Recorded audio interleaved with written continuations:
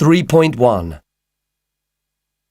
We interviewed 4 people who run very successful companies.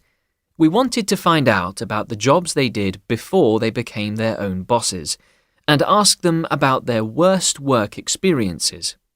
This is what they told us. Eva. During my school holidays, I applied for a job in the women's clothes department of a department store. It was a badly paid job, and I worked long hours. But it was quite a creative job, and in some ways I enjoyed it. Except for one thing. I didn't enjoy dealing with customers. They were so demanding. One woman reported me to the manager because I wanted to get her a bigger size. Well, she was a big woman. I almost got the sack for that, but instead, they moved me to the furniture department. I hated it. I worked there for 2 weeks, and then I got fired. Marcus. On Saturdays, I had a part-time job as a cleaner in an egg factory.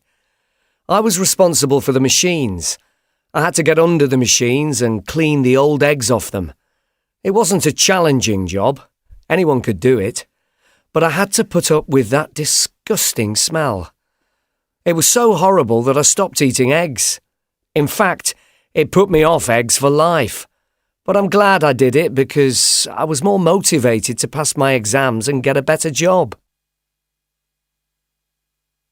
Chris. My worst job was working in a supermarket warehouse. They took me on to work night shifts.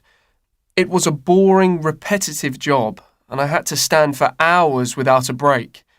But that wasn't the worst thing. I had 2 managers. Manager A gave me a task to do, and then Manager B came up with a different task. At the end of the shift, I had 2 managers shouting at me for not doing my job well enough. I'm self-employed now. I rarely have a day off, but I'm so happy that nobody can tell me what to do. Amy.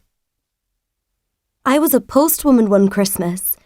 It was very tiring because I had to get up at 5 a.m. You couldn't turn up for work 1 minute late. The weather was a bit of a problem, but I like working outdoors. I had to knock at people's doors and some of them had really big dogs. But that wasn't the worst thing. I was much more frightened when I had to deal with their owners.